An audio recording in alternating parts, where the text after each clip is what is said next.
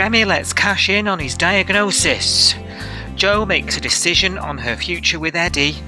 Justin tells Leah he wants out of their marriage, and Tane refuses Kerrie's attempts at getting along.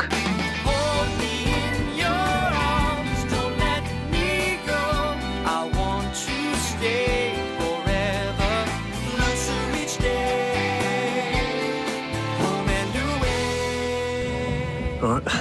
What's going on, Remi? I need your bank details.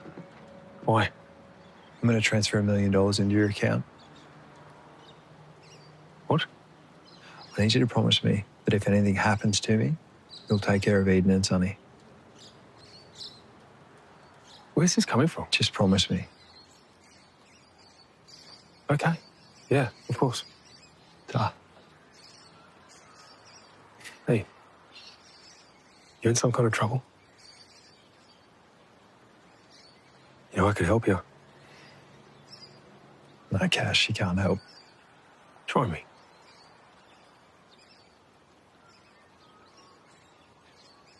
You have to promise me you won't tell Eden. That depends on what it is. Yeah, just forget about it. Wait up. Yeah, go on. I'm listening. When they did the scans on me in the hospital after the accident, they found something they weren't expecting. I have a brain tumour. We are Si and Sophie. This is Coastal News, a home and away podcast, your weekly episode companion podcast for your favourite Aussie soap. Oh, what's this, Sophie, your little Miss Sunshine routine? Me? Are you joking? With your posters and your cupcakes and your parties. And my fairy lights. Yes. Hello. Very me, though. Hello, what your fairy lights? I'd love a little twinkle light in a hospital room. Well, I don't know. I think he's got other things going on. You know, I think I was thinking making it into a teenage girl's bedroom was probably not on his bingo. Oh, bless her, because she's so useless. Like, she's just trying to do something that she thinks she's useful. I tell you what she could have done. She could have sunk £100 into the TV. Do you remember those hospital TVs? Are they still a thing? Those hospital TVs that used to cost a bomb. That's a good question. Yes. Do they still have them? Or is it like do you have like a TV on the ward now and that's it? You all sort of sit round. I don't know. With your iPad or whatever nowadays. Oh yeah, you suppose you could watch your own thing on your phone or your iPad now, can't you? I remember going into hospital, but it was probably 10 years ago now, and there was like a TV on the ward, right? And it was, I think it was Heartbeat or something crap on the telly, and everyone was watching it. Yeah. Well, obviously, like in a communal space. Yeah, it was like it was weird. I can't remember how. I went in for like a pulmonary embolism or something, and I had to be there overnight. I was absolutely fine, but they gave me like an injection, and then they said we've got to keep you in for observation. So I was on this ward, but it wasn't like a proper ward. It was like one where everyone's just been brought in, and they're just like being monitored overnight, and then probably going to get kicked out in the morning. Like none of us were critical or whatever. Yeah. So then there was just this TV in the middle of the room, and there was like 6 of us in beds. Just stare. And then this TV, just staring at this TV. I think it was Heartbeat on one of those, you know, those channels where they're like, really? Or whatever they're called, like, I can't remember, but you know, they play like old episodes of something from when you're a child. And it was like Heartbeat. It was like, oh, hello, green grass and all that stuff. And I was like, this is not making me feel better. It's all been away on. Yeah. Well, I'm glad you survived. Like I don't think Sonny's going to make it to the TV room. No, I mean he's got his own private room, so he can watch whatever he likes. And if he has got an iPad with Netflix on, he's laughing. Yeah, really, he is. How are you? I'm all right. Yeah, how are good, you? Thank you. We've made it to Friday. Sorry, Saturday. Magic of podcast. Weekend, yeah. It's been a bit of a long week, hasn't it? And we've just put the world to rights. There's a war gone off.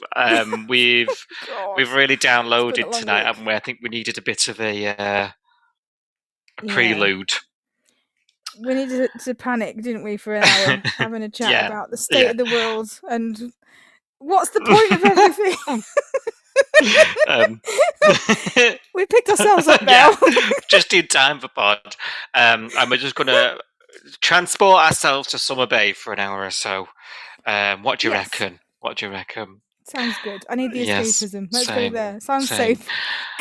Wait, yes, it's saying something when Summer Bay sounds I know, safe, right? Isn't it just? And at the moment, we've got at least 3 characters we can't trust.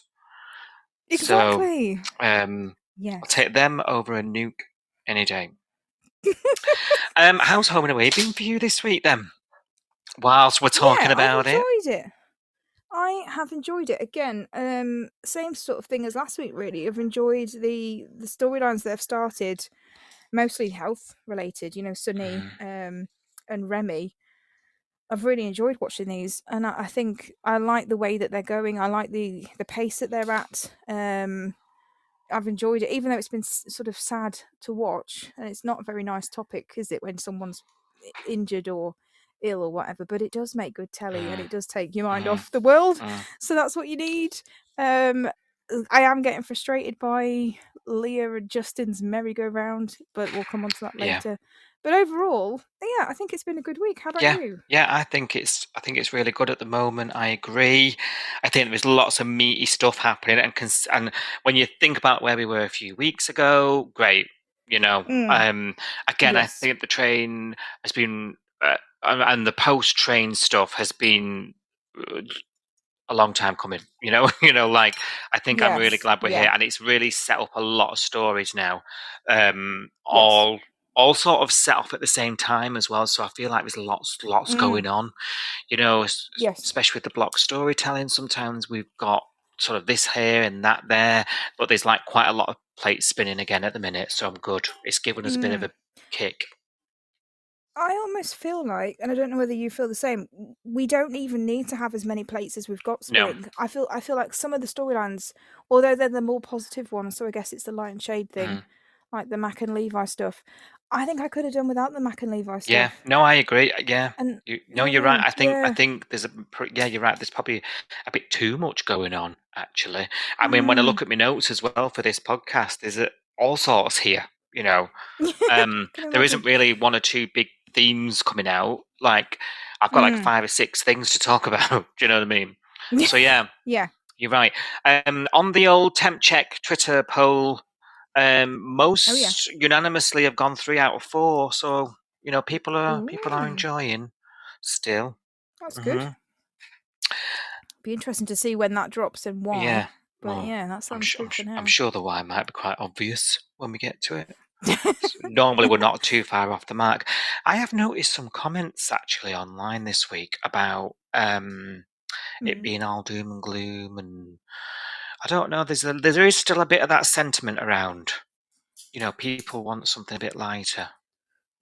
Yeah, I can see why, but I don't think I agree. I think for me, to get the escapism, I need the meaty drama, and that normally means something. I wouldn't even say it was doom and gloom. I still think the way that the show portrays the kind of the heavier stuff is still actually pretty good. Yeah, it's still got the sunshine and the sea, and that, you know. Yeah. It's never too heavy, is it? It's not the same as EastEnders. You know, like I do watch other soaps, and I do watch EastEnders, and I would say EastEnders for me was like the most gloomy show, most gloomy soap. I mean, the way it's shot, it's so dark. Yeah. You know, just to look at from scene to scene, like you kind of squinting at the telly a lot of the time, going, "Who's that?" So dark. But also it just feels heavy to watch. It doesn't feel. I don't know. No, I don't feel that when I watch Home and Away doesn't have that grit, you know. No. And therefore, by design, doesn't feel that intense when it even is, you know. And actually, I think it's at its best when it's like this, you know. I think the light stuff's great, but I don't think it's the best at it. You know, I think no. Not when it's that and nothing else Yeah. as well, because that gets really Yeah, tedious. yeah. I think. I think it's always been dramatic, and I think that's what it does best. I think if you're watching it, you know Mm, what to expect. Do you know what I mean? There we go. Said yes. Yeah. it. Should we talk about this week's home and away? Go on then. Let's do it. Remi, top of the week, is burying his head in the sand, isn't he, about his news of his brain tumour, which rocked us all. I must say it. No, don't say it, Sam. I was going to compare it to Turan then. Stop it. Levi keeps calling him, doesn't he? And because he's like left the hospital, and he's the only person who knows, and professionally he can't tell anyone. Well, he's not supposed to. We'll get onto that. Remi is now in that mode, isn't he? Where I said this would happen. He's closing the record label. He's using what threep'ny he must have left of his fortune to pay Eddie out of his contract and let him go. We're gonna have to assume this record contract wasn't multi-million-pound deal. He's not on his ass. Definitely not. Don't worry. He's got plenty of money in the Yes, bank. and we're going to have to assume they didn't sink a load of money into a music teacher. So he's given £1 million to cash. $1 million to cash. Well, he's all right. He's all right. That, I mean, if that I landed in my bank account, there would have been a big cage drop from the sky, and the popo would have been here like, "You launderer!"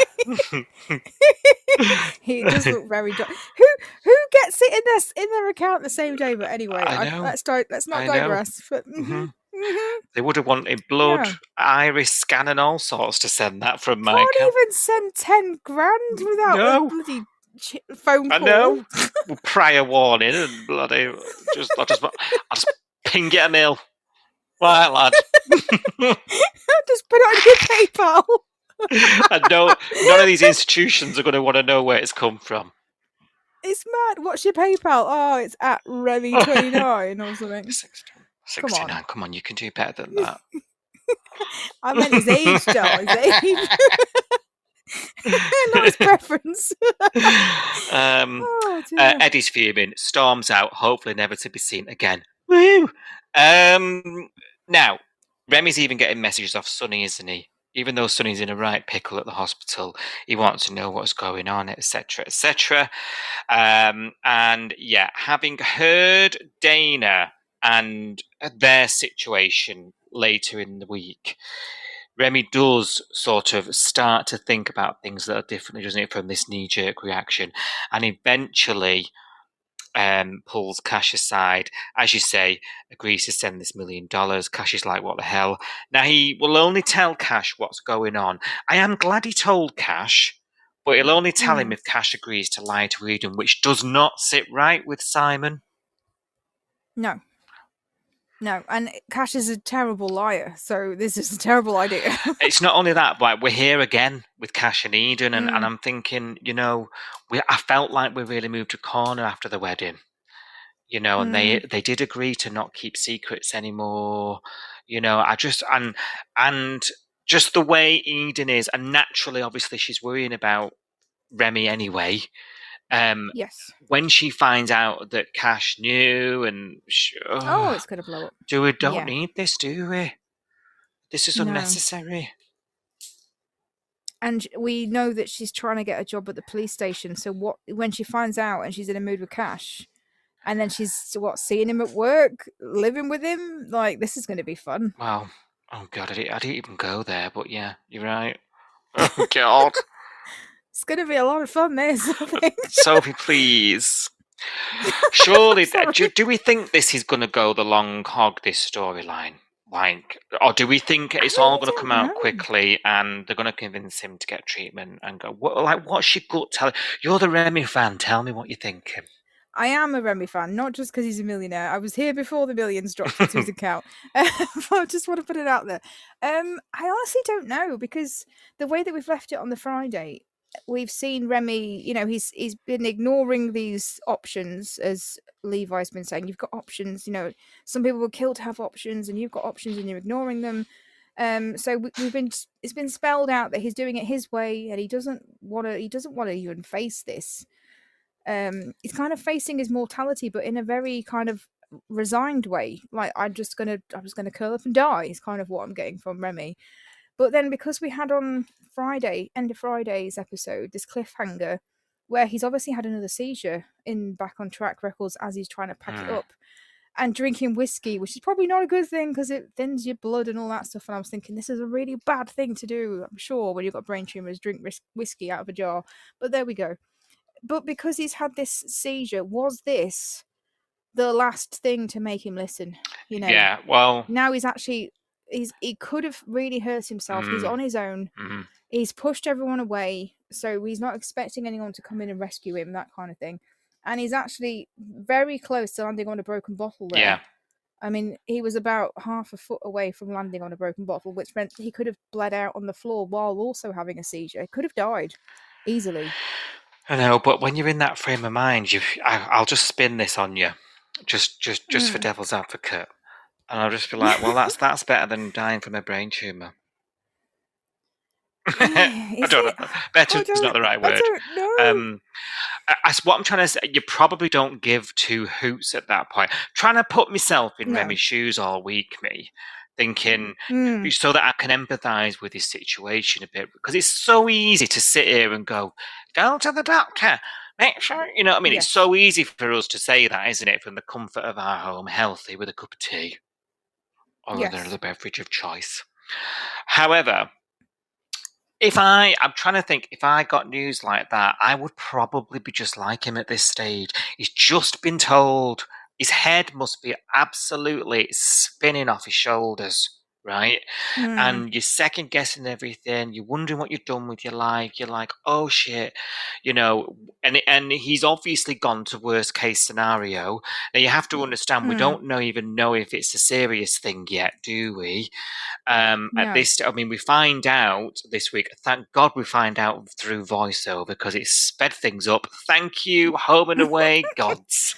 Yes, I really appreciated that. I didn't need this rolling on next week, and to an unnecessary, doctor's scene. I quite enjoyed the way they did that. I thought that was really well done. Yes, they kept us informed without it dragging out for 3 scenes, didn't they? Yeah, and I really liked that, and it was dramatic and effect and echoey, and it was I told you, horror movie.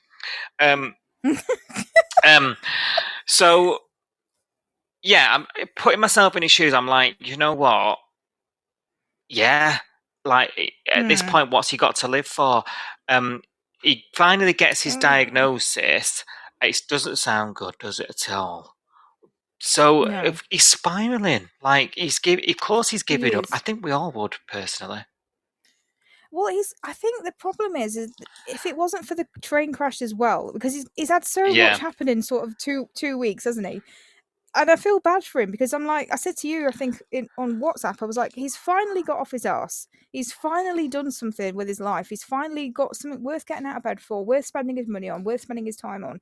He's put this record label together. He's been really, really excited and enthused and everything about that. And he got this, he's signed his first artist. This is all really exciting. And then it literally all comes off the rails, to use the Home and Away pun. It all, it's not, it doesn't end well. And it's the first time in ages that we've seen him do something that's not just like him just coasting along. So I feel bad for him, because the first time he's actually tried to do anything with his life, it's fallen apart dramatically. He's not just been in a train crash that has paralysed his best friend and hurt a load of his other friends and killed people and what have you. Not just that, he's newly single and he feels responsible for said train crash. And then not just the train crash, but now he's got a brain tumour. Yeah. So he's survived a train crash, but now he's got a brain tumour. It's like the worst thing. I know. It's like an absolute... I feel bad for him. It's proper shit sandwich, isn't it? It's so shit. It's like, he's just been dumped. His girlfriend's just moved to Belgium. He's been in a train crash. He survived it, but his friend's, paralysed. Oh, and he's got a brain tumour. It's like the worst thing, like, sort of domino effect of things happening. I do feel genuinely bad for him, but I do feel like you say, this whole "do I have anything to live for anyway" thing. because now he has put the record label to one side and said, I'm not doing that anymore. So that was his reason to get out of bed, and that's gone. Bree's gone. And he feels guilty. He probably is having some of that survivor guilt as well. You know, why did I survive the crash and other people died? Why am I not paralyzed like Sonny? Do I deserve to live? Do I deserve to have a second chance and have radiotherapy or an operation or whatever? I don't know. I feel like that's where he is with it. I mean, it is horrendous, actually. I really related to that. That line he says about, you know, when he's saying to Levi, and Levi's gone to the record label to try and talk him round, and he says, "What my choice is: drill a hole in my head, and probably die whilst they're trying to get it out, or be really sick with radiotherapy and have to drill a hole in my head in the end anyway." So he was like, he's absolutely give up the ghost, absolutely. And I think it's a natural reaction for a pessimist. I really do. He is a bit glass half empty as well, isn't he? We do need to remember this is in character for Remi, I think. I agree. And also, let's not forget, a year ago, he watched his girlfriend drill someone's head open in front of him. He knows how ugly this is. You don't want that. But I think you're right. I think this latest seizure is going to put him back at the hospital again, and he's going to have to be forced with making a decision. Yes. This brings me on to thinking: is he potentially, because we're averaging one death a month at the minute, and we're into a new month. Like, is it his month? Do you know what I mean? Like, oh my god, that's so morbid. There's so many deaths hilarious. happening right now. It's true. Mm-hmm. Yeah. Right. It is a new month. Is he out of here? I do think it's going to be one of these storylines that takes us to the brink. I've got a feeling that we are going to go somewhere very dark with this. Although I do hope he gets, I think he will. I think this is the thing he needed. He needed to be vulnerable. He needed to have that seizure with no one around him, no chance of being discovered, and injure himself at the same time. But a minor injury that could have been much, much worse had he fallen a different way. I think that might be enough to have a wake-up call. But I don't think it'll be an easy have an operation and it's gone and then he's okay. I think this is going to be a bit more of a longer one. I don't know. I just got this feeling that they're going to make it more dramatic. Well, we've had all the effects. We've had echoes, voiceovers, fisheye lens already.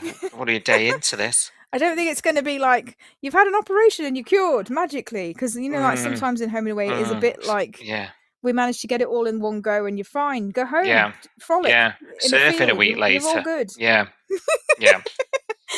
I've got a feeling this one, it feels different to me, and I don't know why. Maybe it's your attachment to him. It could be that. Yeah, it could be that. I feel like he's going to suffer regardless of what happens. I feel like he's going to be the one that's possibly more than Sonny. Interesting. I know you were a bit flippant the other week, and I did laugh when you were like, 3.5 weeks till be up and running again. He'll be absolutely fine. And I do feel that now. I feel like the comparison between Sonny, because Sonny is so sort of overwhelmed by his situation and trying to come to terms with it being the rest of his life. And Remi's so in the moment and like, nah, it's fine. I'll just pack these boxes up and, whatever will be. I feel like because they're so different, the way they're handling their diagnosis is so different. I feel like Sonny's less peril now than Remi. I feel like Remi's the one to watch. Yeah, I think you know. Could be onto something. And actually, now you're saying it, you could even argue that side by side, it's showing two sort of examples of men dealing with something. Yes. And Sonny went down the jokey denial, bury his head in the sand route, and Remi's gone down the I've got no hope, a cat in hell's chance, woe is me, bury my head in the sand route. And it's interesting when you put them side by side. They've both received life-changing news. Yes.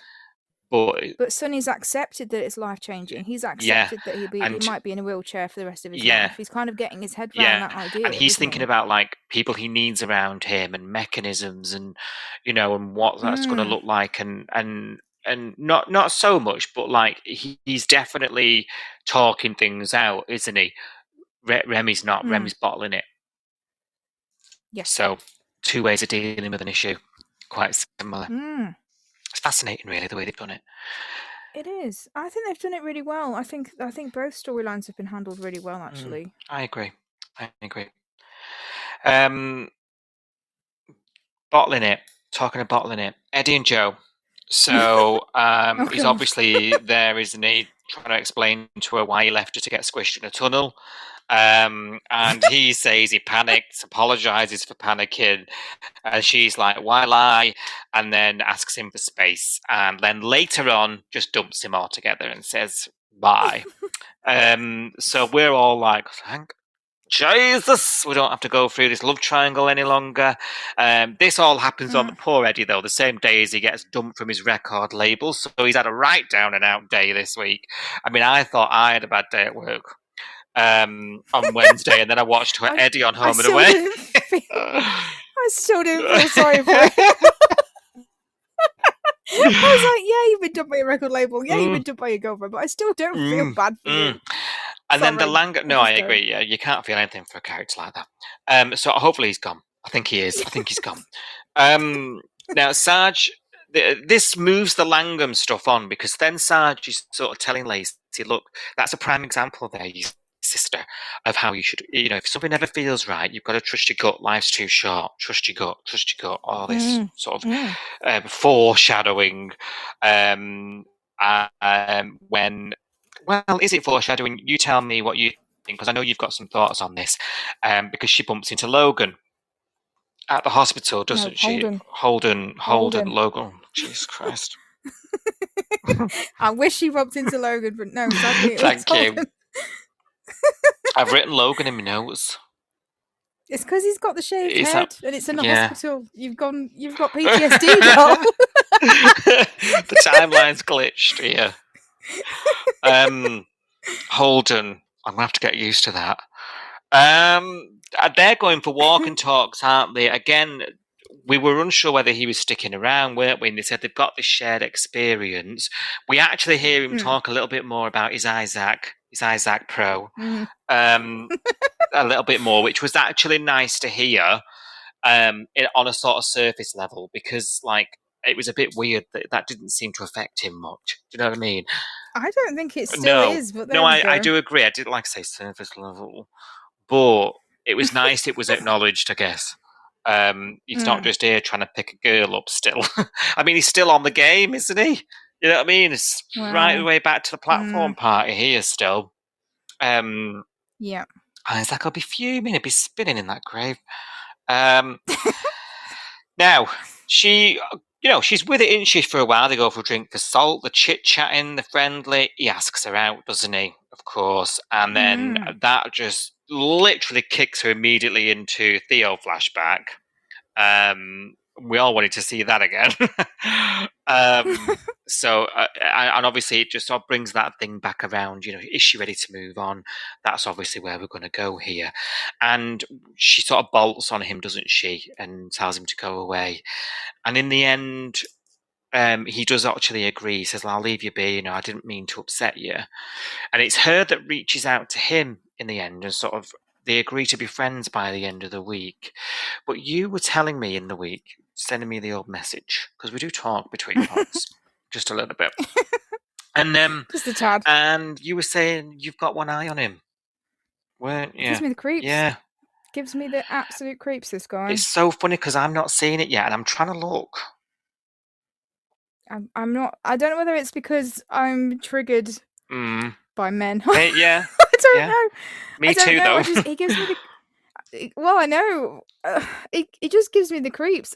He gave me the creeps. Last week I said on the podcast there was that scene in the hospital where last week she said something like, how's your arm, or how's your shoulder, or whatever, and he was like, oh yeah, it's all right, and then she went, anyway, see you around. Like, she was trying to end, she was being nice, but she was ending the conversation in a way that would say to me, she has no plans on seeing this person ever Yeah. again.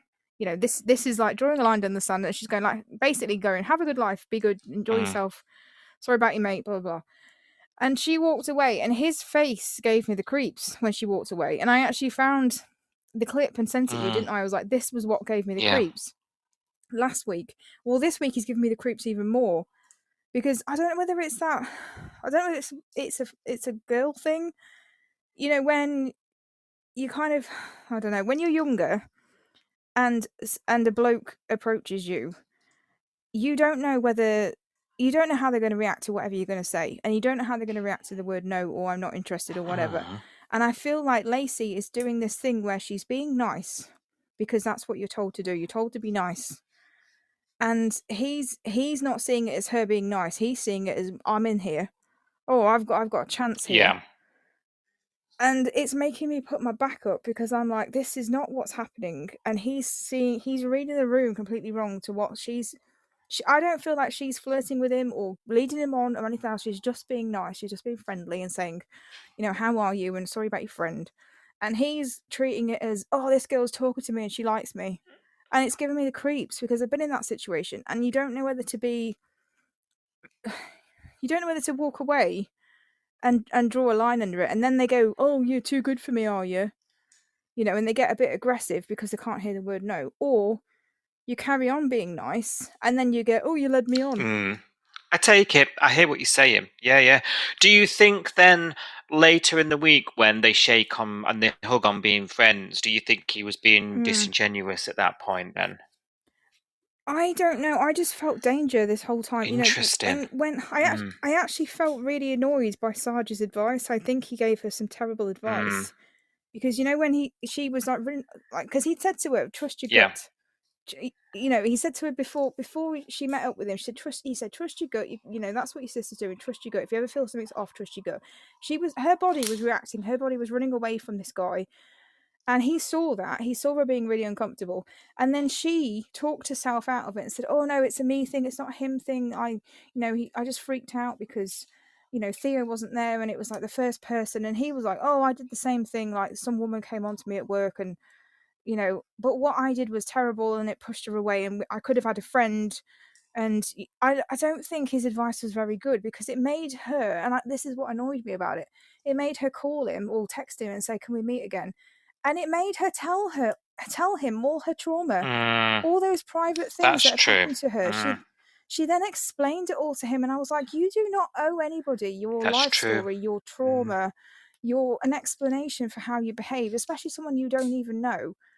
And she's told him all this private stuff about her, and I was like, oh, I feel like this is a red flag. But her dad suggested it, even though he told her to trust her gut. Yeah. So I feel really uncomfortable, because I feel like she's told him like all this stuff that happened to her.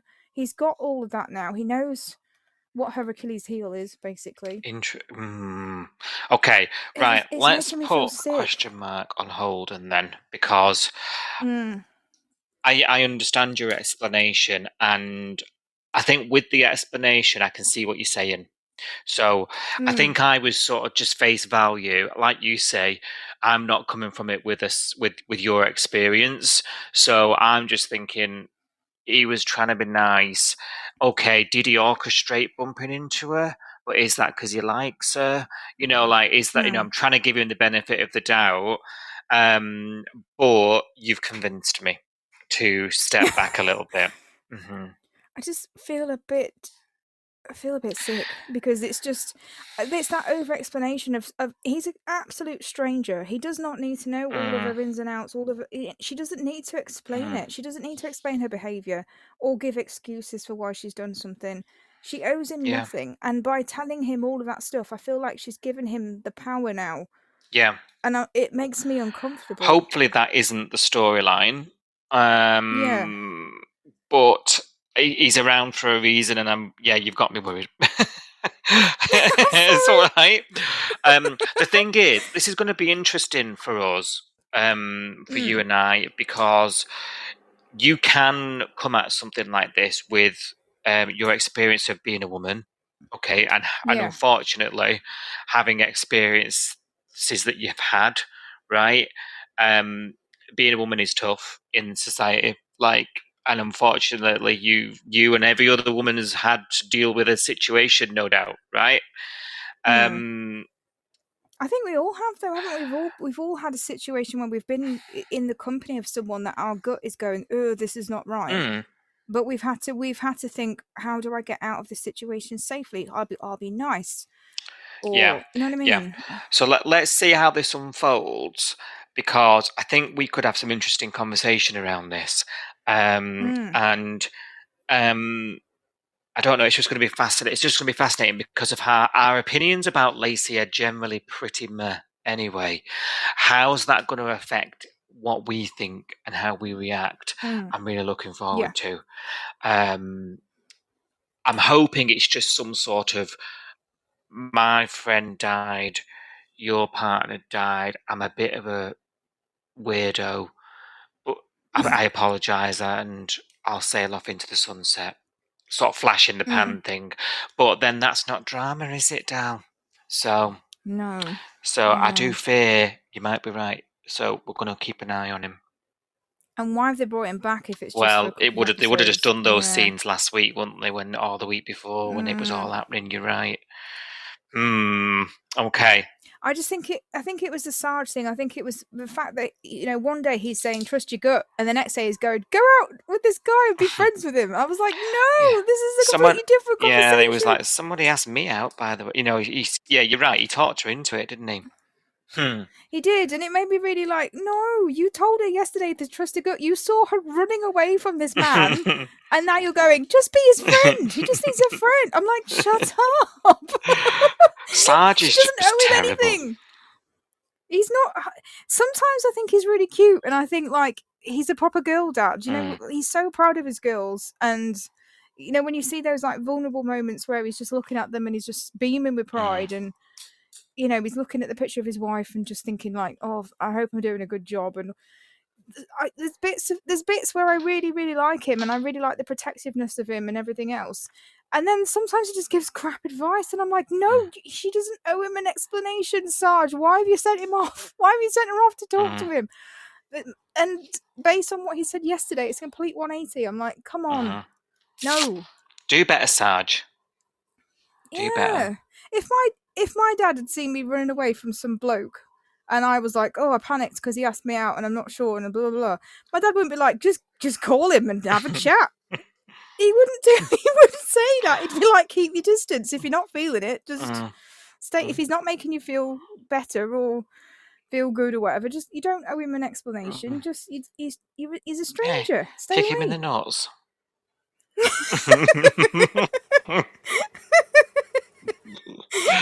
Maybe it'll come to that. I don't know. Elsewhere in the hospital, Dana is telling Sonny everything's going to be fine. Don't worry, Barry lies. Harper clocks this Little Miss Sunshine routine, as she puts it, which was the line of the week, obviously the episode title, and tells her to drop the parties and the plans for a holiday and all, moving house, just drop it for a while. This guy needs a bit of day-to-day right now, just get through the day. She doesn't really want to listen, does she? And I think it's because Dana just feels useless, right? Everything's out of her control, and there's nothing she can do for him. And as a nurse, that is probably killing her. I think you mentioned that last week, didn't you? As a nurse, you've got to think of that element. And it all gets a bit too much when she's talking about getting a ground floor flat and a walk-in wet room, and oh, God knows what else she was probably going to come out with. And oh dear, he just snaps, doesn't he? And tells it, get out, leave, sling your hook. Of course, this upsets her. She winds up at the diner upset. And oh my God, I bet you could hear my eye rolling when Leah's overhearing all this. Thought, why are we doing this in Leah's earshot? Oh, because she didn't even know, does she? She doesn't even know that Sonny's in hospital. But that weren't that grounding, though, because, Miss obsessed with Sonny, Bezzy mate there, and she's the last to find out that he's a cripple. Like, do you know what I mean? Like, and it's interesting that, because I was watching this scene thinking, gosh, like, Dana's not even picking up on that. Like, she's not even like, oh, I should have told you, and it's funny because she spends the next few scenes following Remi around saying he needs a friend, and I thought, well, I know it's, You told him to bog yeah, off? but I know it's like his friendship with Lee has been an issue, but like this is a moment where she's a friend still. I just thought it was a bit weird that. Yeah, so it turns out she's got more in common with Dana than we first thought, because she's also got a partner who doesn't want anything to do with her. They're both in the same boat at this point, aren't they? But they sort of equalizes them both at this point, doesn't it? Which I thought was worth mentioning. Of course, she goes to the hospital to see Sonny, and I think Leah's got this Leah attitude where she wants to try and fix things, doesn't she? I think perhaps in her life, this is one of few things that she might be able to achieve because everything else she's trying in her own marriage isn't working. And maybe this is something she can do that's a success. So she goes up there, she tries to speak to Sonny and let him know that Dana loves her. And who ends up walking past the door but Justin, who's put two and two together and now apparently ended the marriage. And I'm like, what? And they then said, is it just me, or did they spend 2 episodes arguing about her going to see Sonny? And I'm like, yeah, they did. I was about a month ago. We were like, I don't think Leah knows what she's allowed and not allowed to do. Like Justin was 1 minute saying this is wrong, and the next minute he's inviting him round for dinner. That was only a month ago, right? Like, and now it's like, I feel like he's had enough, right? Justin's he's in a low place himself. Again, been through something horrific. I think the marriage hasn't been good, has it, for months now? And I think they've been butting heads, and I think he just saw this as an excuse to sort of speed this thing along. What's your thoughts? I don't know whether I came to that conclusion. I feel like it's flipped. I feel like we had weeks of Leah saying, "I need space. I don't want to talk to you. Can't help me. Leave me alone." And then trying to get out of Justin's orbit, and Justin was constantly harassing her, following her around the bay. Yeah.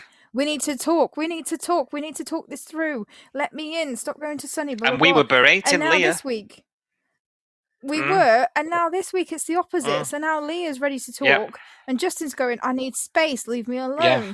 I don't want to talk to you. You can't help me. I want to talk to Alf. I'm going to move in with him." And now Leah's turned up every 5 minutes because she can't hear the word no. It's complete role reversal. It was him doing this the other week. It was him harassing her everywhere she went round the bay, asking to talk, and now she's doing it to him, but they can't see that they're doing it to each other. That's the infuriating thing. She can't see that she's doing what Justin did to her that was exasperating her 2 weeks ago, and he can't see that she's doing the thing that he was doing, and yes, it was annoying. You know what I mean? Honestly, they can't see it. I'm watching these, like this bit where they're sort of to and fro from Summer Bay House. I'm like, why? And Alpha gives us all these silly lines like, this door's always open. And I'm like, oh my God. Right. Poor Marilyn's in the middle. But I've written here, they're talking in fucking riddles, Sophie. It's like, I'm struggling. You're struggling. You don't get it. I think I get it. I don't trust you. You don't trust me. And I'm thinking, what the hell is going on? And there was about 2 episodes where it was like, I need to explain why I visited Sonny. And I'm like, what the fuck's that got to do with anything in the grand scheme of things? I think they've forgotten what's happened. I think they've forgotten what they were arguing about. Well, what hope have we got? I know that's the thing, isn't it? As the audience, we've got no chance because they've forgotten what it was. This all comes down to the fact that Leah said to Justin not that long ago, "You never loved Theo," and she told everyone that had listened. She went to Sonny and was like, "You think like I do. I can't trust Justin. He never loved Theo." Blah blah blah blah. Probably one of the most painful things she could have ever said to him was that, because it's just an outright lie. And then this week, 2 weeks ago, you never loved him, blah, blah, blah. And then this week, she's turning up with his guitar and going, "I know how much this meant to you." And it's like, for God's sake, Like, do you believe that he loved Theo or not? Like, this guy's head must be spinning. Yeah, I think that guitar scene when she delivers it is perhaps supposed to be the moment where this all ends, and she's like, because she does say to him, doesn't she? I realise that this is what you had, because he says that means a lot. Are you sure? I think Yes. that was the sort of truce called, Yes. wasn't it? Like her. It was her saying Yeah, sorry, but not but actually saying sorry. yeah, but it's probably the best way she's done it, you know. And that's Mm. her sort of putting right that what you say when she said to him, how you didn't love him like I did. And I think that was a sort of physical action, tangible thing that she's given him to say, actually, I understand that you did, and this was your thing, Yes. and you should have his guitar, right? And I think that Yes. you could see it in his face. That worked, right? That was like that landed, and they weren't screaming at each other, but you know that moment where she then says, "I realise this is changed. We've had the whole rip through everything, and I'm going to stop fighting for you." Now they were interesting words because she could have said, like, "I get it. Have your space, us, yeah, whatever. Come find me when you're ready," or anything she could have said. But "I'm going to stop fighting for us" is an interesting line, because that suggests. She said you. Oh, did didn't she? This is what I. Yeah, she said, "I'm going to stop fighting for you," and I thought, that's a really weird way of phrasing it, because I think I would have said, "I'm going to stop fighting for us." Which I don't think is true, and I don't think is the right thing to do anyway. But it was, "I'm going to stop fighting for you," which I thought was a really weird way of phrasing it. Did you not? I don't know. Is it just The me? only thing I took from it was like, she's give up. Like, you've give up, I'd give up. This is it. Like, and up until now, like you say, on the first half of this, he was the one doing the fighting. On the second half, she's doing the fighting for it. And then now it's like, do you know what? Let's just, like, for me, that was like, and then he almost looked like, oh shit, like he was just making her suffer, because she was like, oh, he's making me suffer, like he's. Is he now going to think I've gone too far with this, or I did want this? Maybe that's what he needed to hear, because I think that chat with Dave was the same day, wasn't it? Where Dave took him down to the beach and was like, "Look, I lost my wife. I had absolutely no choice about us being Lovely separated." seeing this, actually.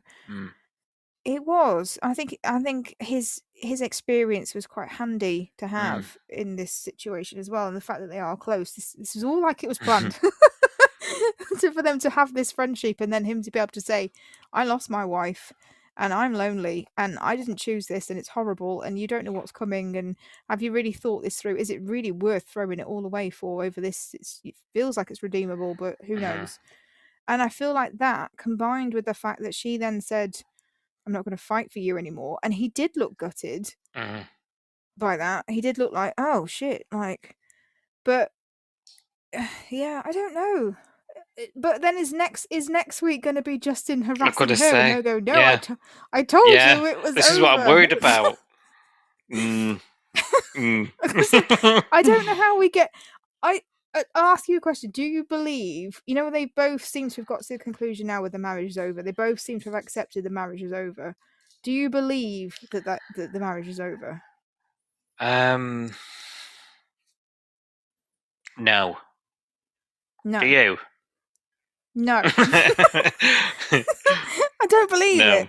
So, which means that next week we're either gonna we're either gonna find our way back to each other, or one of them's gonna be harassing the other one again.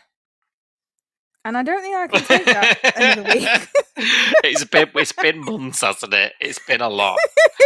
I know the train crash was only 2 weeks ago, but this Justin Leah thing has been going on since Theo died. Like, that was last November, wasn't it? So and we're in March now.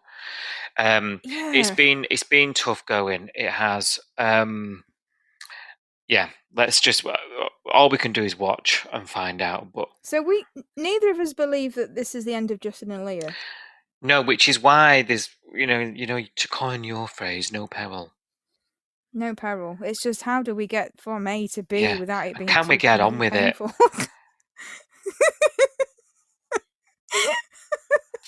True. She's spending a fortune in petrol going all the way out to SBH.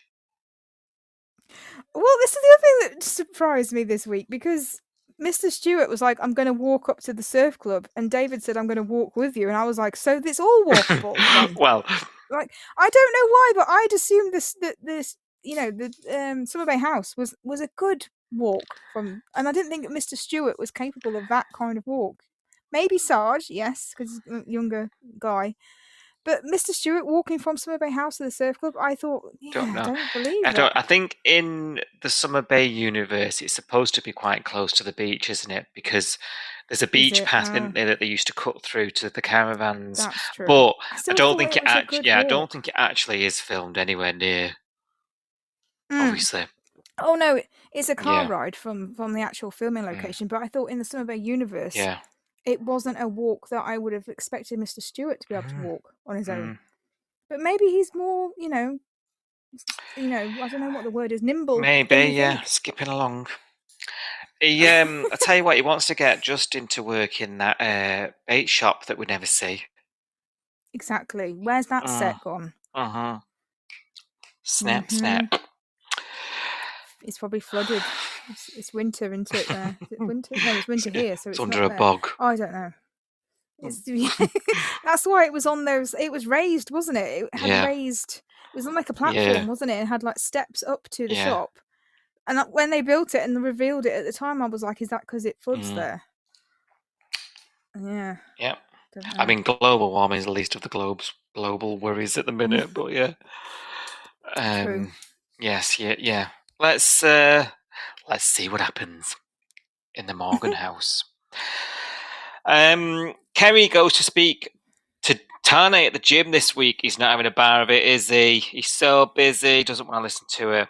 And she's defiant. You'll remember that Harper told her if she's going to stay in the Bay, she needs to get on with Tane and make it work. So it looks like Kerrie's at the gym wanting to make it work. Defiantly, she waits for him to finish what he's doing. Helps herself into his office looking at baby pics of Archie. I can't remember who it was, but somebody politely reminded, it might be Nina on the old tweet along, was like, the pictures of Archie where he was conceived. I was like, oh, that made me laugh. Was it Julie? Oh, was it Julie? I can't remember who it was now. It was somebody tweeted in the week. They were like, "Oh, yeah, if only Kerrie knew that she's standing there looking at pictures of Archie where they did the deed, where he was conceived." And when he eventually comes back, he sits down, doesn't he? And they have this chat in the gym office. Again, we've not been to the gym for a while. It's nice to see some of these sets back up. Summer Bay House, the gym. It's nice to see some of these sets back, because sometimes when a lot of the storylines don't need it, you don't see them for a while. Yes. So with the gym being back up, I bet we're in there a couple of times next week. Watch out for it. Get the use of it while it's up, because something else must have been tucked down to make way for it. She's asking for a chance, isn't she? I'm Archie's only living grandparent. Hear me out. She mentions her abusive relationship yet again. It's a favourite topic, isn't it? Her abusive ex-husband. And it takes two to tango and all this business. She's at it. She wants to work with Tane to create a loving family for Archie. And then I actually, do you know what? Credit where it's due. And I text you saying we're going to have to give him credit for this. His response was very well done. He did make a mistake, and I'll say what I think that is in a mo. But he does say, he agrees with her. Yeah, I think we should make a family for Archie, that's loving. And I did prejudge you, but I was right, because you've come here today and you're blaming your ex and you're blaming me. It's like, she is. Well done. However, how I think he should have played this, because that's just give her ammo now to go over to Harper and be like, well, I tried. He's the problem now. You know what I mean? I made the effort, love. Do you know what I mean? You asked me to, and I did it. So she's got that under her belt now. Whereas what he should have done was make her think he bought it. He should have said, yeah, let's do it. But And then give her some rope to hang herself yes, that's what he should have done, in my opinion. with. Interesting. Yeah. No, you think other? Did you not think No, that?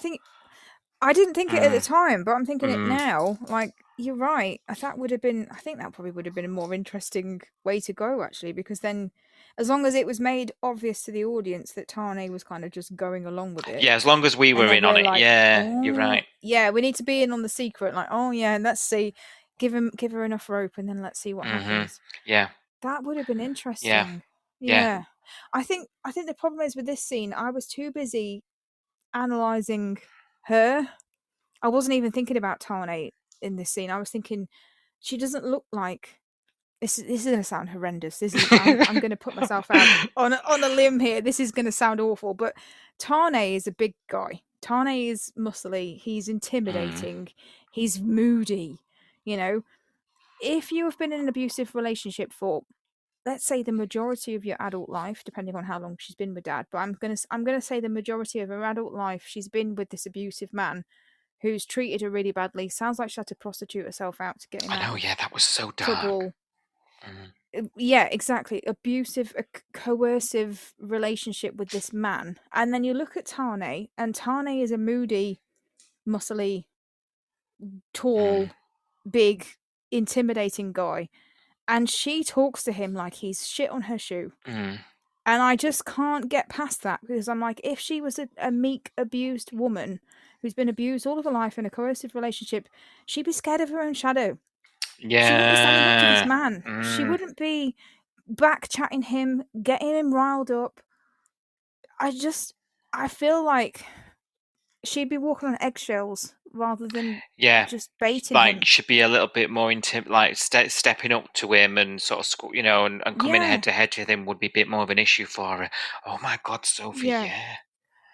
So I was the whole scene. I was just thinking, I don't buy it, because I think she's not acting like she's been in a relationship with a bloke that's treated her like shit. Mm, She's got no problem. She doesn't know Tane from Adam. She doesn't know what he's capable of. We know that he's not dangerous in terms of he's not going to turn around and hit her or anything like that. We know that, but she doesn't know that. yeah. And if you've been through that relationship, if you've been through that trauma, and it stays with Yeah. you, especially for Yeah. decades. She's not going to confront someone like him that easily on her own in an office when there's no witnesses. That's true. I don't Yeah, that's know. very, very It just true. They felt were in a wrong. corner, nobody around. Yeah. Yeah. See, we don't know about her, do we? You know, No. I'm still looking as well. I'm still looking to see if I can work out if she's still on Smack or whatever. Do you know what I mean? Like, Yeah. that's still on my mind. Well, we know she's capable of Yeah, lying, don't we? So what exactly. else is she lying And I was about? about to say as well, I think if I was the writer and I was picking this Mm. storyline up from this point now, and I had to decide what happens next, I would actually make Dad's death be part of like a big, like, fake death cover up. Oh my god. I think that would I would make that the twist. And So he's not yeah, dead, or that she killed him and he didn't die of like a what's he meant to have died of? I is can't it remember. overdose? Was it? Was it overdose? I don't know. Was it a Um, heart attack or something? I don't know. I don't Yeah, actually know I what he would died make it of. like she is. They're like conning people. They've conned No. insurance money, because they're Oh my addicts. god. I would make it like it's all a big lie. Yeah. Yeah, that would be where I would take it if I had my That day. would be shocking. Because it makes her way more interesting as a sort of baddie, you know. And is she then? Is she the abusive one then? Is she the Eh, one pulling the yeah, strings, not yeah, him?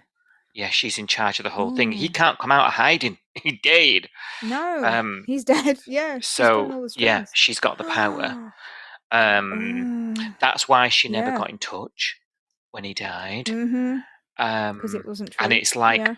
and one more like mad betrayal that she's done on her kids. Mm. Yeah. God, that would be genuinely shocking. Yeah. And I hope I'm right.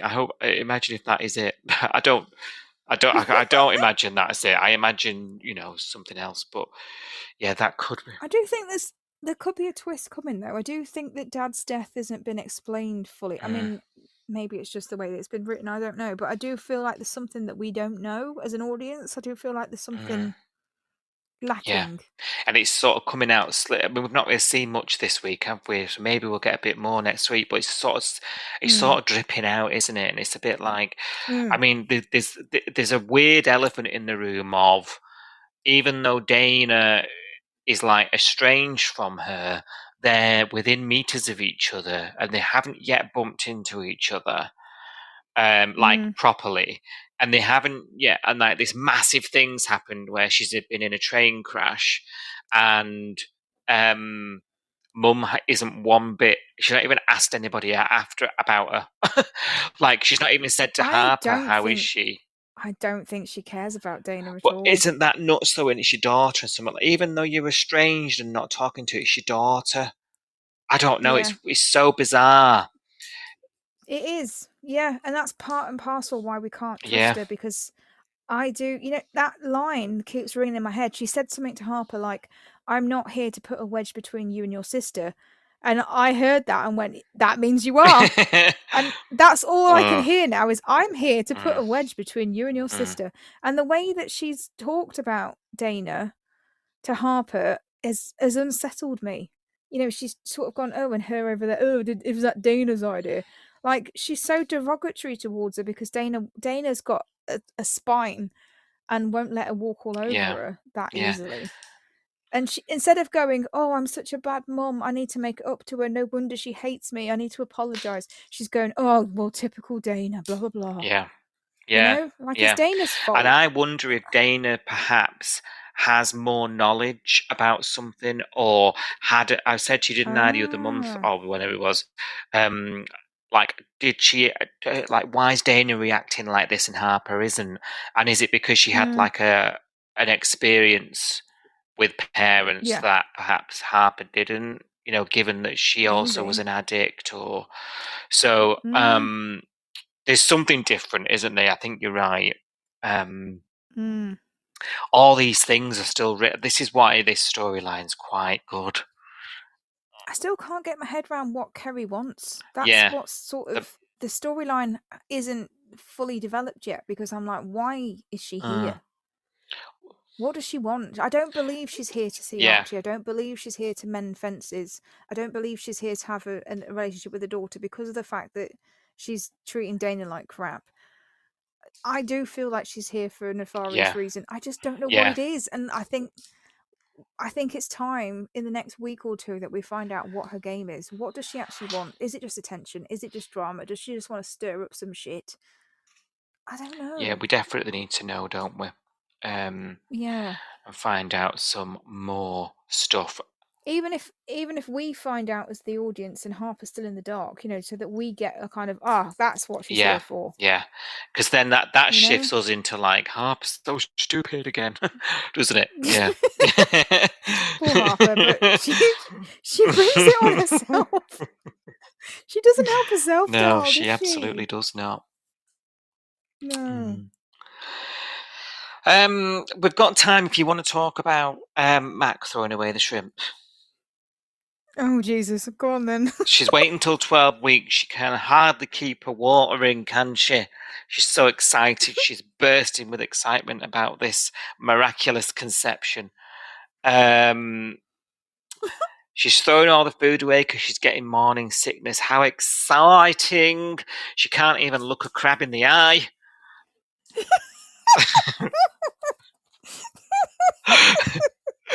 It's all lovey-dovey, isn't it?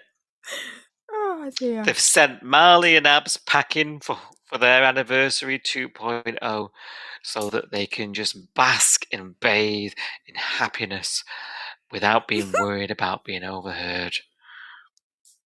Mazel tov. Have you got anything else to add? I would just say two things.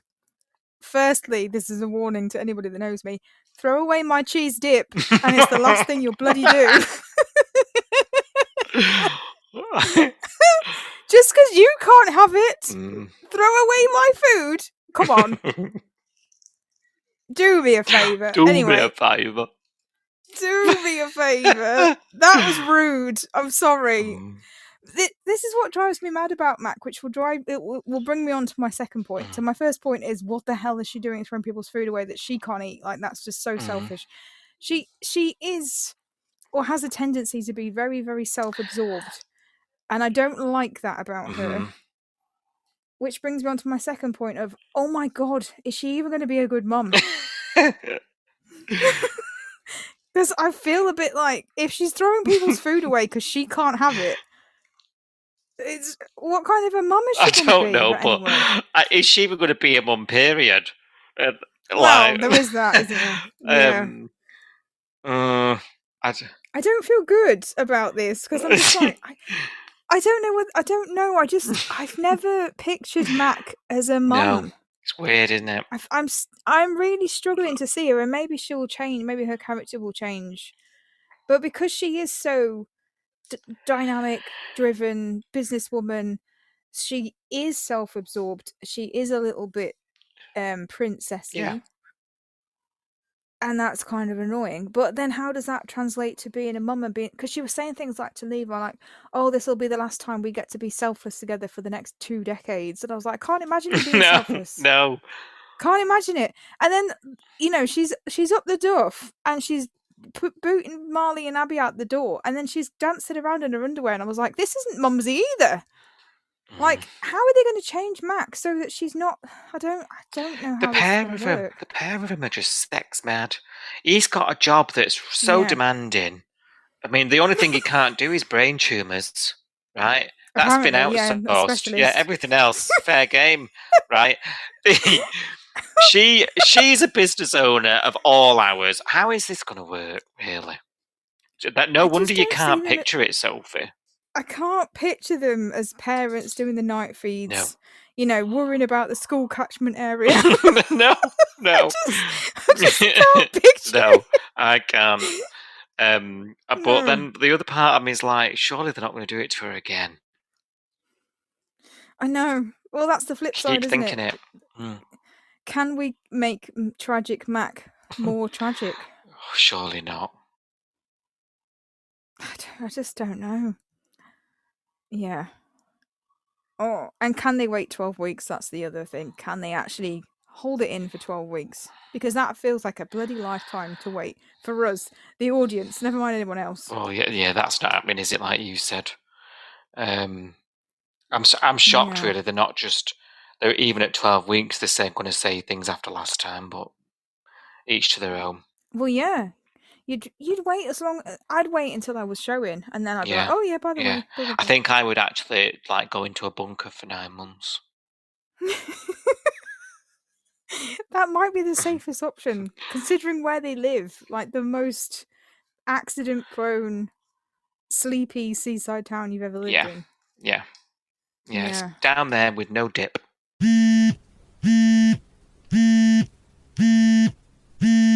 Right, Si, it's that time again. I'm ready for your say on the bay. Are you? My say again? Have you not had enough of my say? Actually, no. I could talk to you all night.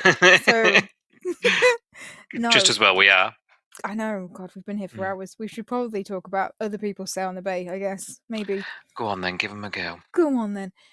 So this is part of the podcast where we want to hear from you guys. So you've just heard us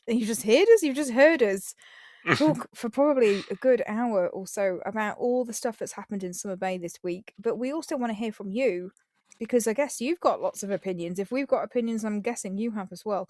So you guys listening out there right now, you might remember that we have a form, which is the way of contacting us now. So don't send us an email or anything else, because we're not keeping an eye on those anymore. But if you want to get in touch with us, go to coastalnewspod.com, navigate your way to the Your Sound the Bay section. There's a form there where you can put your name, and there's a lovely big box where you can type all your thoughts. Tell us what you think about all the storylines that are happening on Home and Away right now. And we might just read those thoughts out next week, mightn't we? We might just, yes. We might. Before I read some people's thoughts out, though, just a quick reminder that we are also on social media, social meds, if you're JP. So we are. I panicked then, thinking I had to think of the episode number. That's the next step. That's the next podcast. You've got a minute. You've got a minute. No, we are Coastal News Podcast, if you hadn't noticed. Our handle on social media for a lot of the social media apps is at Coastal News Pod, and we're on Facebook, Instagram, Threads, YouTube, Twitter, Blue Sky, all the apps you can think of. We are on there. We also tweet along as well. So if you watch the show the same pace as we do, so we watch at 6:30 till 7 p.m. Monday to Friday in the UK, and what we like to do is jump on X, Twitter, whatever you want to call it. We use the Home and Away UK hashtag, and we talk to people that are also watching the show at that time. So if you want someone to chat to about what you think's happening on Home and Away and how you feel about it between 6:30 and 7, you can do that as well. So just get in touch with us however you can. We'd love to hear from you, wouldn't we? We would, yes. We would. And we have heard from people this week, which is exciting, because without your input, there would be no Your Say on the Bay, as I say every week. So Emma has got in touch, and she says, "Hi, Emma." She says, "Too much Leah," and then like a million exclamation marks. Too much Leah. Justin wants space, and she doesn't respect that. And I loved Maz's face when Leah was asking where Justin is staying. I know Justin is pissed off with Leah being overly invested in Sunny, but Leah visiting in hospital was out of genuine care. It appears that Justin doesn't even care about Sunny, who's in a bad way. Oh, that's a good point. I hadn't picked up on that, did you? No, and when Leah told him, he was just like, oh, that's bad. Yeah, she was like, oh, he might not walk again. I can't talk anymore. He might not walk again. And he was like, oh, right. And he's a record label close colleague. And they went through the train crash together. You'd think that would bring people closer. A bit weird, that, isn't it? I hadn't thought of it. Is that an oversight, I wonder? Justin doesn't even care. There's just a lot going on at the minute. They just haven't got time to get Justin up there to him. I don't know. I guess maybe because he's going through his own shiz. Maybe he's like, yeah, aren't we all? I don't know.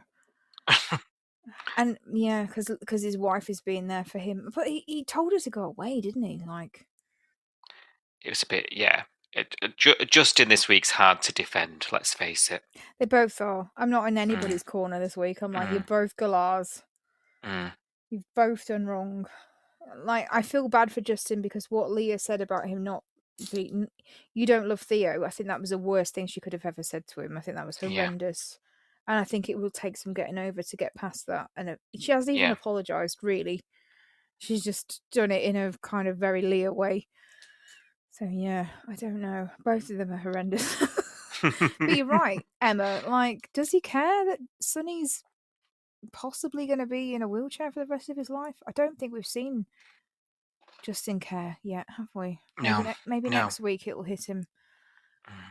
Because we haven't seen the scene where Justin's gone into the room and said, oh, I'm really sorry, mate. And well, he hasn't, has he? Yeah, he's hiding out at Alf's house. Exactly. But he could be visiting. He could be going, oh, I've heard what happened and I'm really sorry to hear that you cook. That's all we need. Very weird. Emma says, are Leah and Justin really over? Well, we've just had that discussion, haven't we, on the main pod? We don't believe they are. Ask Cash, it's the $1 million question. Hi, Cash, if you're listening. Always loved you. Especially now you're a millionaire and you know how to make pancakes. But anyway. Shallow, moi. Anyway. Girl gotta eat. Girl really gotta eat in these times. These are unprecedented times. Oh dear. But no, we don't think, Emma, that we don't think that Leah and Justin are over. Do you think that? And she's put, personally, I'm not bothered. As we've had too much Leah and Justin. If they gradually grow closer again, that's fine. But if we get some over the top getting back together, that will be too much for me. Yeah, I kind of feel the same way as you, Emma, I think. It's like we just need it resolved, don't we? I'm hearing that we're past it. Yeah. It's been a Yeah. long one. It has, and we don't really want it to go on another week, do we? I don't think. No. Okay. Changing the subject now. Emma says, Mac, wow, that 12-week scan must be months away. I doubt they'll be able to keep it a secret. Yeah. I also think the same. Yeah. I mean, the last secret was out in about 3 hours. So Yeah. I don't see it. I think Marley is sus. I think Abby's possibly sus. We'll see. Just don't throw my cheese dip away. Anyway. I know. Rude. I'm fuming. Emma says the Remi storyline is great, and Remi is acting like Remi would by burying his head in the sand, but also with all the money looking after his friends, at least he confided with Cash. Yes, he finally he told found somebody. someone. Yeah. We did talk about this on First Look, didn't we, last week? Because we read something where it was like his diagnosis is revealed. And I said to you, like, to who? Like, everyone's got their own shit going on. Like, who's he going to talk to? And we did talk about possibly being Cash, didn't we, at one point? Yeah, we did, and we're just so on the money. Finger Yes. on the pulse. For a change. Normally we get it wildly wrong. We were pretty good last week, to be fair. Shame half you missed it. Yes, we did have a problem with First Look last week, unfortunately, loading to the correct platforms, but maybe this week we'll be luckier. Emma says, good to see Remi following up on Levi's referral. He's doing it his way, alone, which is true to his character. Yeah, you're right. Burying his head in the sand and going it about his own way. It is very Remi, isn't it? We said that, didn't we? We said this is consistent. Yeah. Which you cannot argue with when it comes to whether you agree or not, or whether you think he should be doing something different, or whether that's what you would do. You can't argue it isn't consistent with what Remi is. Yeah, exactly. And who he is, yeah. And then we can't slag the show off because they're doing, what we're expecting really with these characters. Yeah. Emma says the Sunny storyline is also good. We get glimpses of Sunny being vulnerable, and glad to see that Dana's fairy lights had a use. The fairy lights for Mac and Levi's salt special dinner on Wednesday. I didn't notice that. I think the balcony generally has them, doesn't it? Oh, does it? Okay. Yeah. Interesting. Well, yeah, maybe Dana did donate them to Salt and just like, Sunny didn't want these and I've bought them off Etsy or wherever. Battery, solar powered. Yeah, that would be perfect for Salt, wouldn't it, with that balcony? Yes, definitely. And then the last comment that Emma has is, and morning sickness is back. Are we really celebrating Mac just throwing up? Yeah. We are, for some reason. Yeah. And a lot of people watch this show at meal times, so we really appreciate that. I'm one of those people, and no, I do not, because I have a fear of vomit, a genuine fear of vomiting and hearing people vomit. So it's actually my nightmare to see it on screen. Thank you, people. No thanks. We do not want to celebrate vomit. I'll be honest. No. Well, thanks for your comment, Emma. Lots to unpack there. And I think it was interesting. I think we hadn't really thought about the Justin Sunny. Justin not giving a crap about his friend. That's interesting because I don't think it crossed my mind. So, yeah, thank you. Yeah. Thank you. Sam has got in touch as well, who says, hello. Another Leah free episode. This was Monday's episode. So we've gone from too much to Leah free. We've had Which is it? We've had a lot of Leah generally this week, but I think Sam was like, Monday's episode was perfect because there's no Leah in it. We don't get complacent, Sam. She'll be back. And she has been since Monday anyway. And then Sam says, Tane must have X-ray vision because he saw right through Granny. Yeah. I think he must have listened to last week's pod because he brought up all the points that you guys did. Yeah, he probably did actually. It was pretty obvious though. I don't think we were saying anything groundbreaking. With regards to her, yes. regards to Kerrie, yeah. Yeah. Yes. You'd have Mm, reservations in his shoes, wouldn't you? I'm sure Tane is one of our big subscribers. He wants to know what's happening to him, bless him. Yeah. He's had a rough life. Tane, if you're listening, buy us a coffee, lad. Can he afford a coffee? He He owns seems a like gym. he seems like he's always on his arse, that guy. Well, he has got a child support bill on its way. So He's got that big house that he can't really afford. Now everyone's moved out. Anyway, oh, gosh. Remi's paid Cash's rent, but he's not paid Tane's. Yes.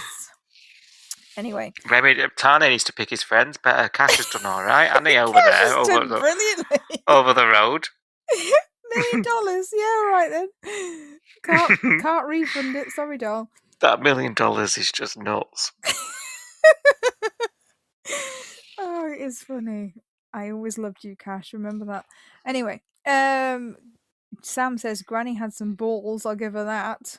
Even after Tane shut her down, she still tried to manipulate Harper, and the side eye that she gave him when she saw him on the beach, very mega bitch energy.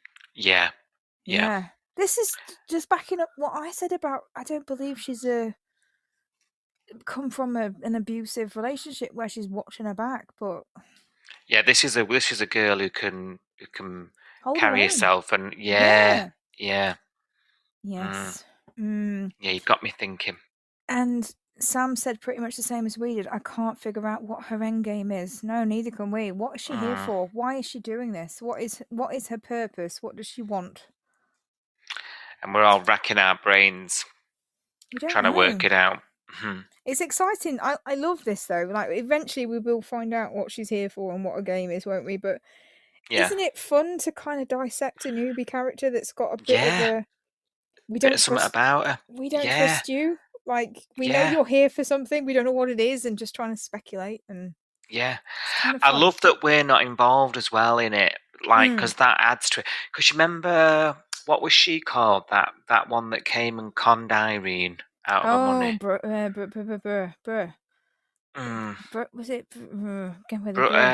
Brooklyn? I was thinking Brody, Bronwyn. but that's from was it? I can't remember. Yeah, I can see her now with the curly hair. Curly hair, yeah. That's the one. So we knew what she was doing. So even though it was exciting and it was nice to have a character like that, because we were in on it, like it was different to like this, where we're like, is she? Is she not? Yeah. Like we're trying to guess as well. Yes. It's fun, isn't it? It's fun to kind of because then if we're wrong, it's like, oh, okay, fair enough. But if we're right, it's Bronte. like, yes, Bronte. Well done. That was driving me nuts. Thank you. You would have got a text at like 1 a.m. going, Bronte.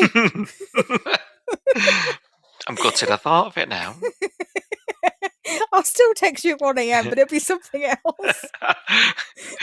What we're doing for logo? Here's 40 photos you didn't ask for. I'm horrible. I'm sorry. I do appreciate I'm having a meltdown friendship. because I appreciate the photos. I'm having a meltdown because like I can't publish the episode or something stupid. Oh, I know. Yeah. Well, if you have a meltdown, I'm always here. Always here. Whatever time of the day, you know I'm awake. You're like, you're awake? I'm like, of course I am. What do you need? Oh, dear. So funny. Yes. Yeah, you're right. Like, I need you to watch this TikTok of this cat. I always enjoy TikTok from you because I don't understand TikTok really. I go on there and I go, what is this? And then I leave. And then 3 months later I go on again and I'm like, oh, what is this? But then when you send me something, I'm like, this is going to be worth watching. This is what I need. Because it's just, I think my algorithm's not right. When I go on, I'm like, what is this? Anyway. Yours seems to be on our human level. Let's put it that way. Sam, going back to Sam, we should be talking about your sound of Yeah. Sam. Sorry, Sam. We'll come back to your comment. So Sam says there is normally one moment per week that makes me shout at my TV. And today I got it. It was when Eddie goes back to the hospital and says to Jolene, I can't take any more bad news today. And I shouted, dude, she's been in a coma. It's not about you, doll. It's true, isn't it? He was pretty. I mean, it's very Weasley of him to sort of, I've had so much bad news while she's lying in a hospital bed. Oh, gave me the ick. You're right, Sam. It was. He's a terrible fella. He wasn't a nice fella, was he? Let's face it. Yeah, I'm glad he's gone. You weren't interested in her. No. Either. No. I don't know what that was about. What? He just turned up 2 years later and went, oh yeah, marry me. Ugh. Even the proposal was like, ugh, you know? It was it was just wet. It was like I'm sorry. I'm sorry. What? Right. I can't say what I'm laughing at. Can you tell me off air? Write it down in case you forget. Got a conversation we were having yesterday. Oh God, which one? Which conversation? About Joe. Oh. Okay, I'm there. Okay, we can't say that on there. That would probably cancel us. Anyway, you're right. It was a horrendous take, though. I can't take any more bad news. Like she's in hospital. Oh dear. Yeah. Horrendous. Eddie, we're glad to see the back of you. Are you okay? Yeah, you could just keep going. I'm trying. Oh dear, you crack me up. I've still got like a 7-second voicemail of you just snorting. Oh, it's too funny. Anyway, I apologise for us being childish, Sam, but we do appreciate your comment. Thank you. Thank you for getting in touch. And we agree. We can't agree more, really. Get him out of here. What a bad egg. What a bad egg. Birds and eggs. Anyway. I can't breathe. That was probably the wrong pun. Oh dear me. Talking of puns. Are you ready for some train puns? Because I don't think we had enough of them on our podcast. No. The train special was very train pun heavy, I think. And then also, I think last week you got a few train puns in, didn't you, as well? Yeah, it's been a punny old time. It's been a punny month, and I think Jacob filled the form in this week, and I had a quick read through of Jacob's comment, and I believe there are a few train puns in here. Nice. Are you ready? Nice to hear from you, Jacob. I know. Where have you been? Like, come on. So Jacob said, so it was the aftermath of the derailing, but enough of Leah's attitude towards Justin. She's finally seen what's going on in their relationship, but could it be too late? Question mark. So we had derailing there. Did you notice? And he says the train was the result of these pesky kids leaving their bikes on the track. Could Toe or Jane, because we're still not sure what to call these people, the Joe and Tane ship, is it Toe or is it Jane? I don't know. Or Jane, I guess. Neither of those sound good, do they? It's not because they don't sound good. Maybe I don't know. Maybe that's the thing. There's not a good ship name because they don't really work. Maybe that's it. I don't know. But he says, could they get back on track now that the truth has come out? See what you did there? And he says, did Thingy, I think he means Eddie, did Thingy really think that Joe wouldn't find out and they'd get married and the whole situation would be forgotten about? He's very tunneled vision about what he wants. But at least Tane can see the light at the end of the tunnel, eh? There we go. A couple of tunnels there. Don't know if you've seen where we're going with this. Elsewhere, Abigail has been prescribed painkillers for her broken arm. Damn, I wasn't offered anything when at 14 I jumped over a wall and fell 45 feet onto concrete, breaking my right kneecap, right Oh shoulder, my left God. wrist, shattered my elbow. Ouch. What? Jacob, that sounds horrendous. Oh You're my probably like the God. Bionic Man now. Like if you had metal plates put in, like what on earth? That sounds very painful. Mm, And he says, "Guess that's Aussie Medicare for you." it is good. It's bloody good over there. Mm. Although not for Remi, because Remi has got to check in and find his own consultant or something. It's very weird. Are you joking? Remi's consultant telepathically spoke to him with his results. I mean, doesn't get any better than that. It's true, actually. Now you said that, I was thinking this is a bit shit because Levi basically went go and phone random and find someone that will do a test for you, and I was like, shouldn't you refer him to the test, not him trying to find someone that will do it? But then I thought maybe he's Booper, because he's a millionaire. Maybe you have to do the work yourself and find Yeah, maybe Booper, it's a Booper DIY. Hospital. Don't know. Yeah. But yeah, don't know. Yeah, you're right. He did telepathically reveal Remi's consultation to him. Yes, I enjoyed that. Talking of Remi, Jacob does say Remi is a dead man walking with his untreatable tumour. Is his contract coming to an end? Could he be the death due to the result of the choo-choo crash? Or was it just that rando that was hitting on Mac? Isaac, I think you'll find, is the rando hitting on Mac. Isaac Pro. Because this train crash was hyped as like a big disaster thing, wasn't it? Who will And die? obviously, who will die, blah, blah, blah. And Isaac died. And although that was sad, like R.I.P. Isaac, you're with the Angles now. you're with Lady Di and the Angles. You're fine now. God. It was sad, but it wasn't impactful for the rest of us, really, because we're like, who? No, and I think Jacob is right to surmise, because we are in a new month, as one has said. We're averaging a death a month. And I think it's natural. I think we're all sort of, there's so many characters affected there's that much sort of stuff going on that actually there could be a twist here where one of these guys croaks it. No one's out of the woods, I guess, is what I'm saying. Yeah.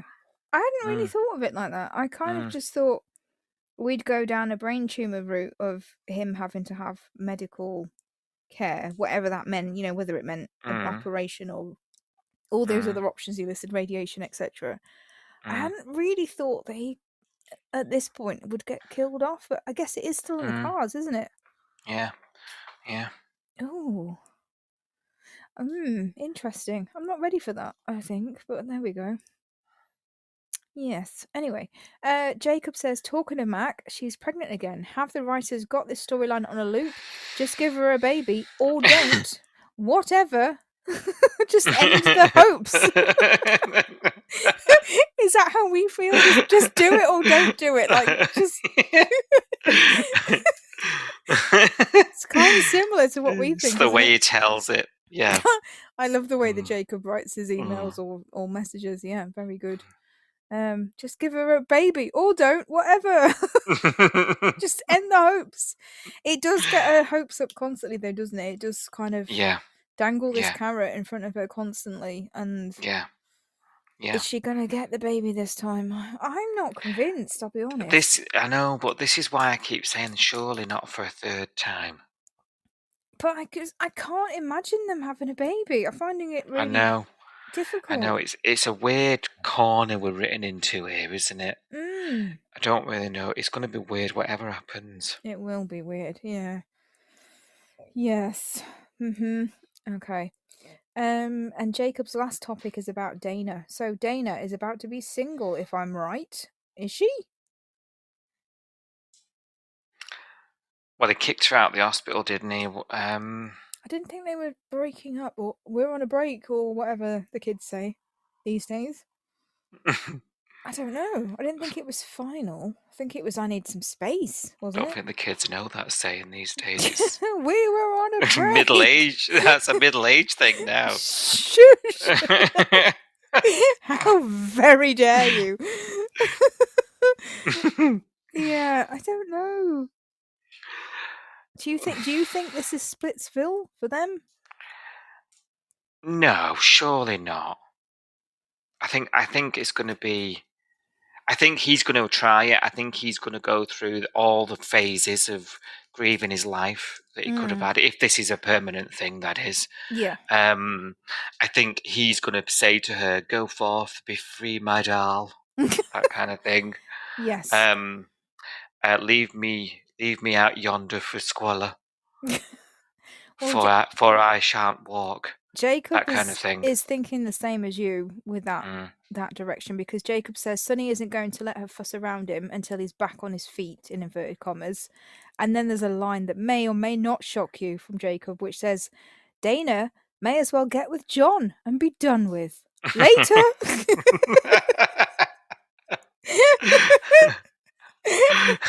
Now, I didn't see that coming. Because I think there was a conversation recently where she was like, you feel like my surrogate dad, like the dad that I didn't have. And he was like, you're like the daughter I didn't have. So Dana and John hooking up is not a thing that I'd cross my mind. You imagine the pros and cons list when you're considering dating John. You'd be like, he can walk. He can walk. He's not completely over the hill. I'd like some. He's funny. They get on. Like, Sonny's funny, but he's not as funny as John. Let's face it. I'll go on record and say that. He's not as funny. No one is as funny Just as John. as well we're recording this conversation for training and quality purposes. Oh, I don't think it's for quality, but anyway. Training, yes. Training in the, what you call it, you know. And there we have our final pun of the episode. Training and getting written up, doll. Getting cancelled. Training. Choo-choo training. All change at the next station, please. Please take the time to like, subscribe, and review Coastal News wherever you source your podcasts, and ensure you never miss an episode.